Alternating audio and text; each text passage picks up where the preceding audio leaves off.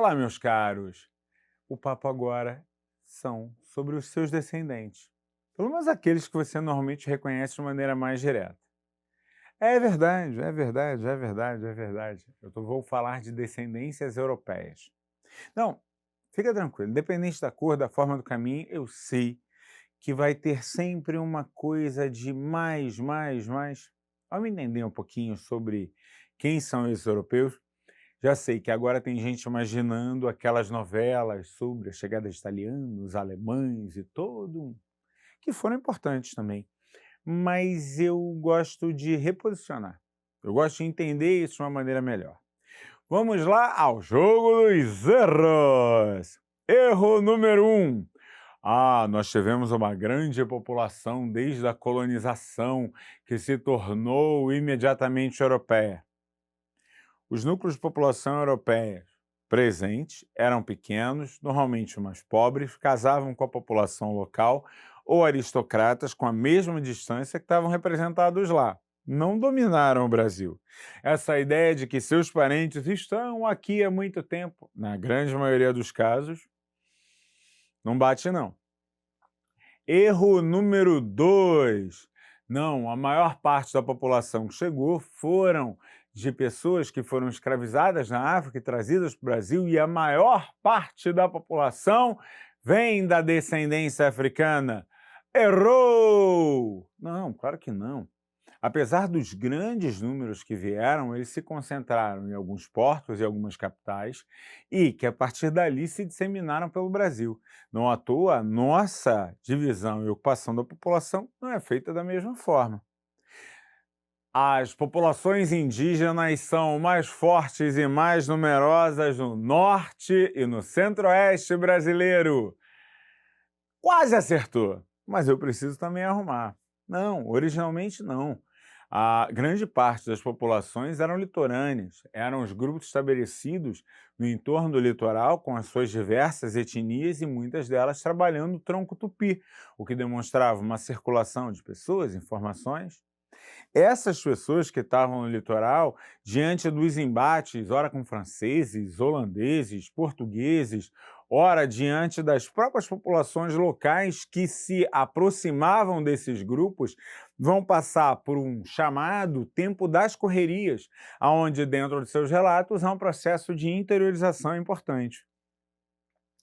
Erro número 4.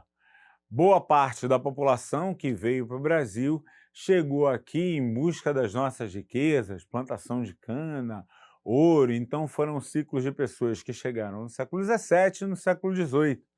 Também não. Apesar de terem vindo muitos imigrantes naquele momento, ou as populações locais não eram bem imigrantes, que aqui era Portugal, por exemplo, você tem uma variação muito grande. Ora, você tem núcleos ingleses, mas são núcleos. Núcleos holandeses, mas são núcleos. Sem uma grande disseminação local. O Brasil não era um país marcado, para além dos seus centros, como um país com marcas europeias. A maior prova disso é a língua. A língua falada no Brasil até o século XVIII era a língua geral, uma variável entre aquele tronco linguístico tupi, os elementos locais e as difusões relacionadas à chegada do português como uma oficialidade. Só no século XVIII, uma série de ações de governo vão tentar garantir e direcionar para que a gente fale português. E isso vai ser sempre uma questão, não à toa. Eles conseguiram bom sucesso. A gente tem poucos dialetos e normalmente eles são muito poucos diante de um grande domínio da língua portuguesa. Rainha, mas peraí, e os europeus? Durante o século XIX, e em especial na segunda metade do século XIX, nós temos alguns importantes processos. Vamos relembrar? A Revolução Francesa acontece no final do século XVIII lá na Europa. Essa revolução tem como decorrência a chegada de Napoleão ao poder, que gerou uma série de grandes e importantes conflitos por toda a Europa. Algumas regiões foram mais marcadas por esses conflitos, como Portugal e Espanha. Outras regiões tiveram nas suas negociações e avanços, muitas vezes, o empobrecimento das suas áreas.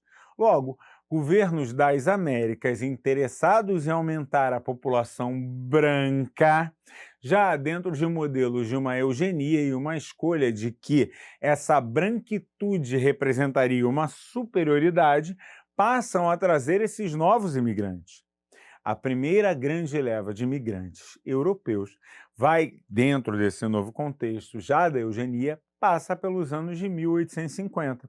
Então, aqueles que têm família ainda no século XIX são descendentes desses, principalmente portugueses e espanhóis, que muitos deles voltaram lá no início do século XX. Já ouviu Noel Rosa? Ele conta sobre isso. Agora vou mudar minha conduta, eu vou à luta, pois eu quero me aprumar. Vou tratar você, europeu, com a força bruta, para poder me reabilitar. Meu terno já virou estopa e eu pergunto, com que roupa? Com que roupa eu vou para o samba que você me convidou? Ele está fazendo a referência aos europeus que, diante de um Brasil em crise no início do século, estão retornando para Portugal com as suas finanças depois de terem se beneficiado aqui.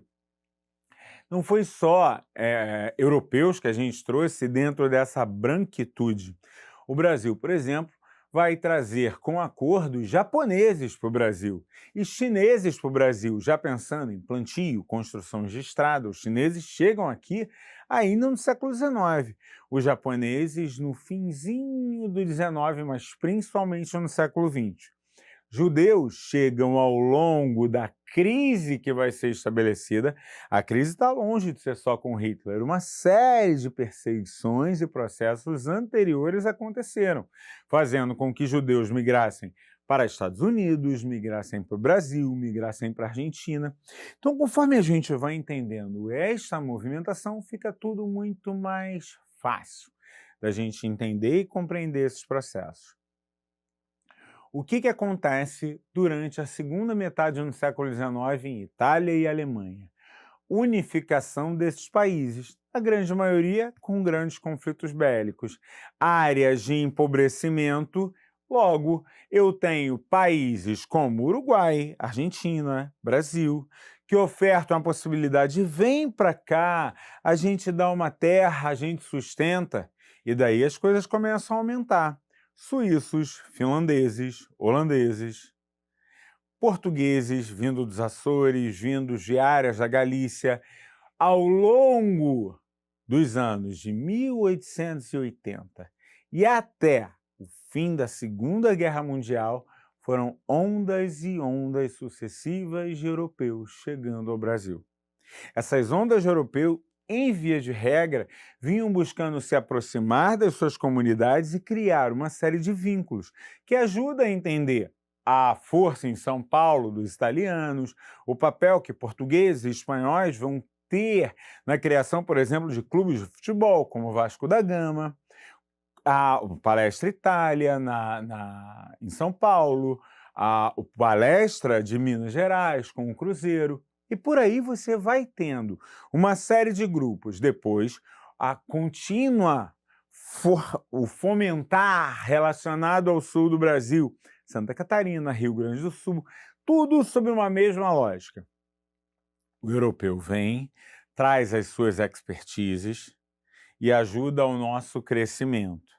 Conforme a gente tem o surto industrial, Primeira Guerra Mundial, 1912 começa, 1918, estou falando do nosso surto industrial, segundo grande surto industrial, a década de 1940, os dois movimentos a gente passa a ter uma grande chegada de europeus. Por isso você tem tantos parentes europeus.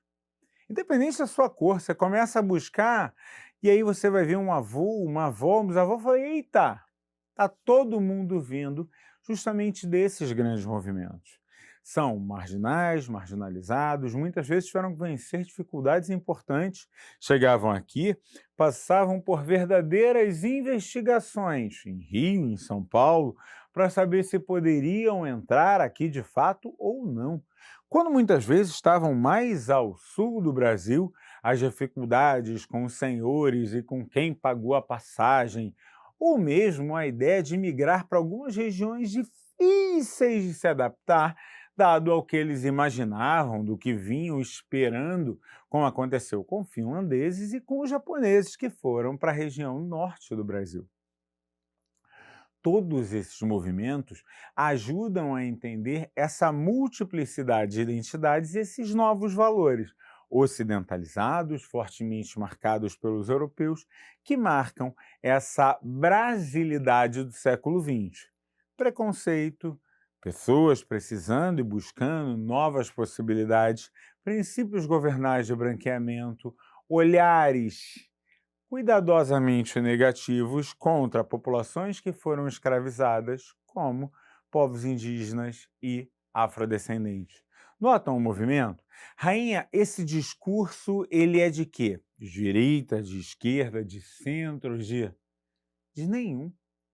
Esse é um discurso de análise da identidade nacional. Sim, uma identidade ocidentalizada, uma identidade que reconhece valores europeus, que vão se misturar com os valores locais, que uma coisa é o projeto, outra coisa é a prática. Então, sem negação do nosso passado europeu, da influência, do papel e da importância desses grupos que chegaram. Muitos deles foram tão vítimas quanto aqueles que estavam fomentando e buscando esse tipo de valorização.